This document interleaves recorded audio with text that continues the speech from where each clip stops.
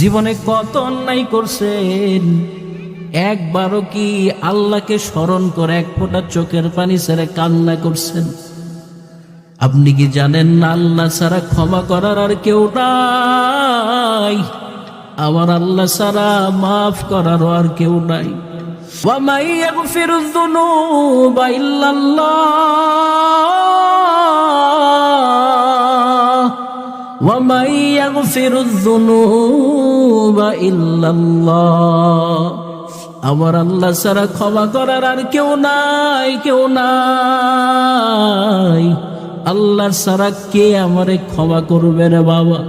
যখন কোন অন্যায় কাজ হয়ে যাবে, এই মুত্তাকি বান্দারা সাথে সাথে আল্লাহকে স্মরণ করবে, সাথে সাথে আল্লাহর কাছে তওবা করবে, সাথে সাথে ইস্তেগফার করবে, এবং নেক্সট টাইম যেন এই ধরনের কাজ না হয়, ওই দিকে আল্লাহর বান্দারা খেয়াল রাখবে।